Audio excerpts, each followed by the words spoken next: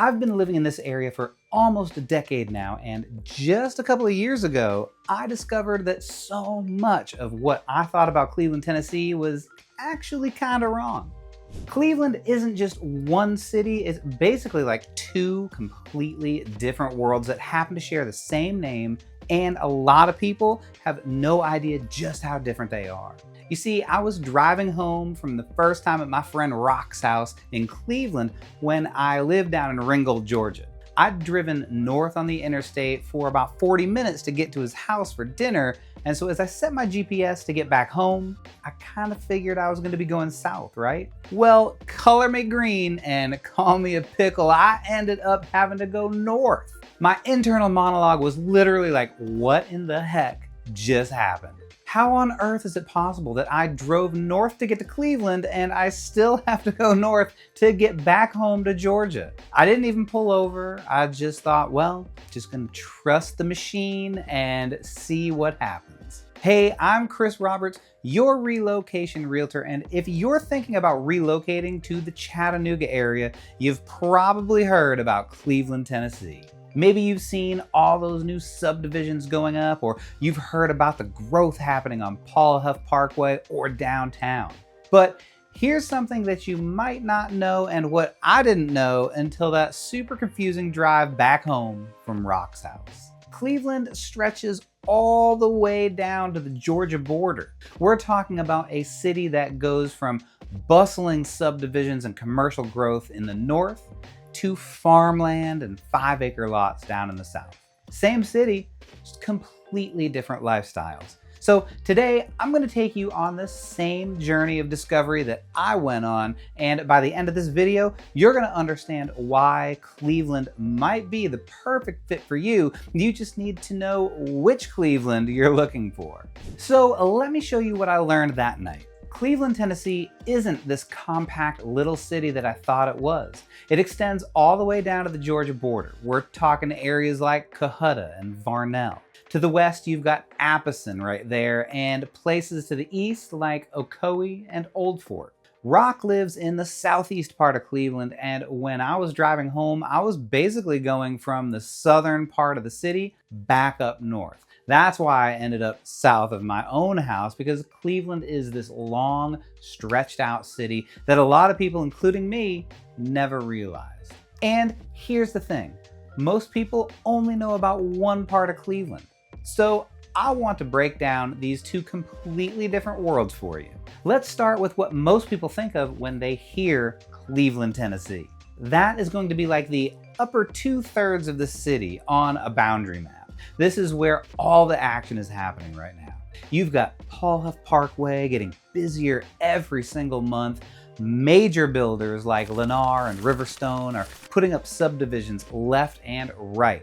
Places like Summit View, Kings Court. These are brand new communities with all the modern amenities that you would expect. And then you've got areas like Anatole or Anatole.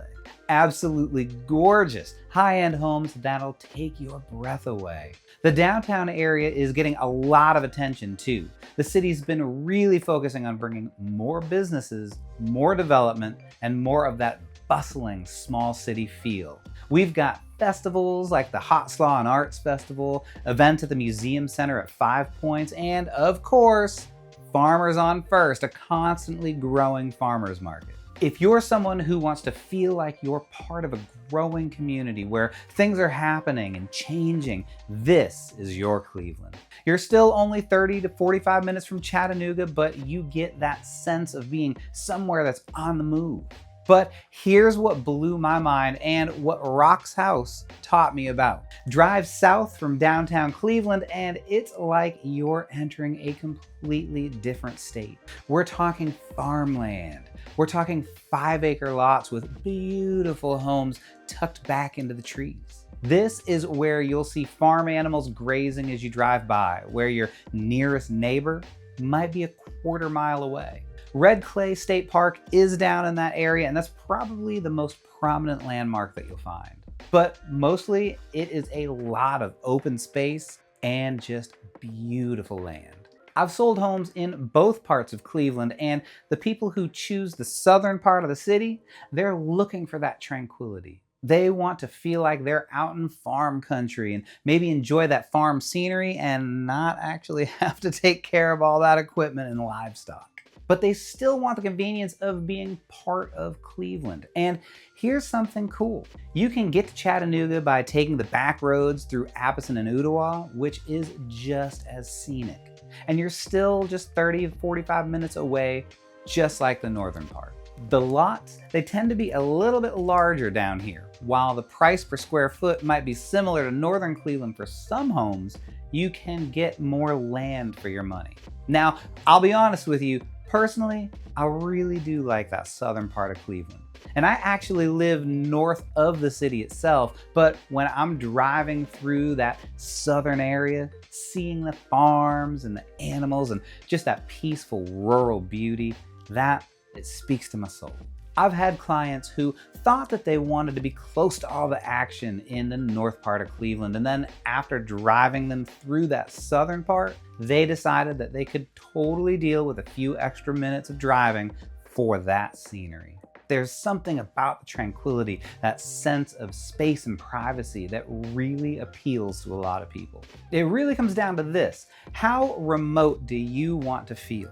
Do you want to be part of that hustle and bustle? Or do you want to retreat to your own little piece of farm country at the end of the day? Now, some people think Cleveland doesn't have as much going on as Chattanooga, and look, to a point, that's true. We're a city of less than 50,000 people, so we're not gonna have tons of live music venues or bars like you'll find in Chattanooga.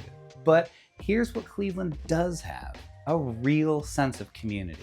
As I mentioned earlier, we've got fun events like Hot Salon Arts Festival, Museum Center at 5 Points, some incredible car shows during the summer, and some really cool coffee shops like Ruddle's Bread and Book and Lassiter's. And can I tell you about the Hispanic food scene here? Cleveland has a really odd number of absolutely incredible restaurants. Whether you choose the north part of Cleveland or the southern part of Cleveland, you're getting that small town community feel with the convenience of being close to Chattanooga when you want that big city experience. So here's my question for you. Which Cleveland sounds like your Cleveland? Are you drawn to the growth and energy of the north with those beautiful new subdivisions and that sense of being part of something that's growing and expanding? Or does that southern part call to you?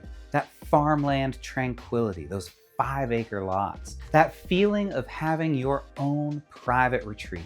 The beautiful thing is they're in the same city.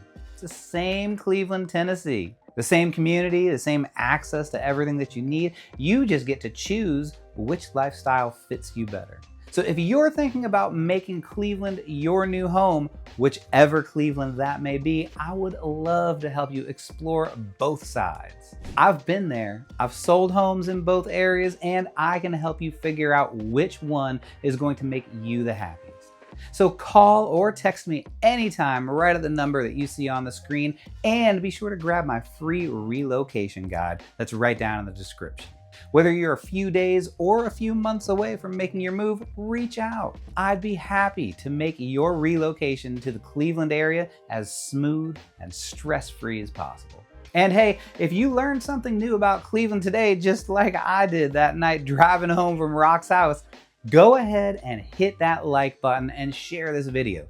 You might just help someone else discover their perfect Cleveland too.